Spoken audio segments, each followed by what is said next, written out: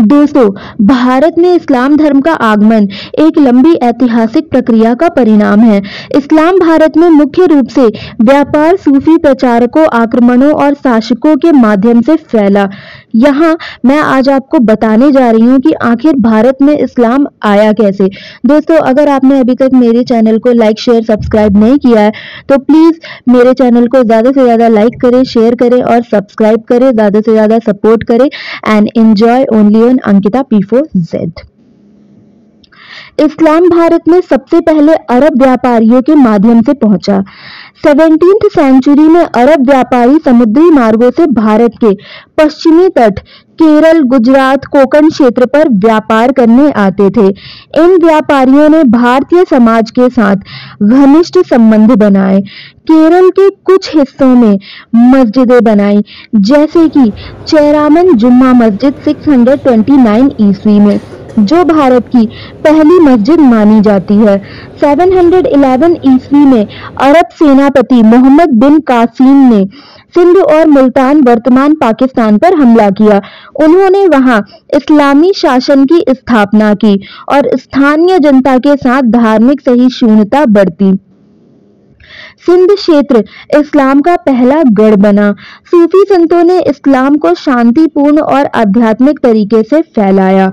ख्वाजा मुइनुद्दीन चिश्ती, बाबा फिरद और निजामुद्दीन औलिया जैसे सूफी संतों ने उत्तर भारत में इस्लाम का प्रचार किया।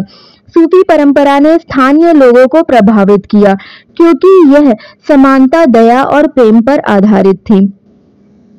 11th सेंचुरी में भारत पर कई बार आक्रमण किए मोहम्मद गजनबी ने और बहुत लूटपाट की। फिर 12th सेंचुरी में मोहम्मद गौरी ने दिल्ली सल्तनत की स्थापना की और 12th से लेके 15th सेंचुरी के मिड तक इस दौरान मुस्लिम शासकों ने इस्लाम को बढ़ावा दिया। फिर मुगल साम्राज्य आया। 15 के मिड से 18 के मिड तक मुगल शासकों ने इस्लाम को कला, वास्तुकला और संस्कृति के माध्यम से लोकप्रिय बनाया। उसके बाद तो पता ही है कि अंग्रेजों ने खूब लूटा। इस्लाम भारत में कई स्थानीय परंपराओं और रीति रिवाजों के साथ समायोजित हुआ। इस्लाम और हिंदू धर्म के बीच सामंजस्य ने भक्ति और सूफी परंपराओं को जन्म दिया। इस्लाम का प्रभाव भाषा, संगीत, कला और वास्तुकला में भी देखा गया। उर्दू भाषा का विकास, मुगल स्थापत्य कला, ताजमहल, कुतुब मीनार और संगीत में कव्वाली इस्लामिक प्रभाव के उदाहरण हैं।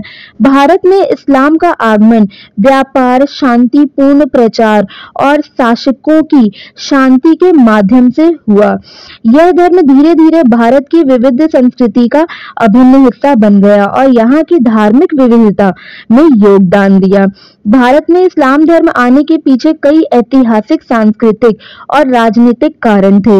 इस्लाम धर्म का आगमन एक प्राकृतिक और लंबी प्रक्रिया थी, जो व्यापार, धार्मिक प्रचार, आक्रमण और संस्कृति के आदान प्रदान के माध्यम से हुई थी। इस्लाम का भारतीय कला, संगीत और वास्तुकला पर गहरा प्रभाव पड़ा। उर्दू भाषा का विकास और कव्वाली जैसी संगीत शैलियों ने इस्लाम को भारतीय संस्कृति का हिस्सा बनाया। मस्जिदों, मकबरों और महलों के निर्माण ने भारतीय वास्तुकला को समृद्ध बनाया।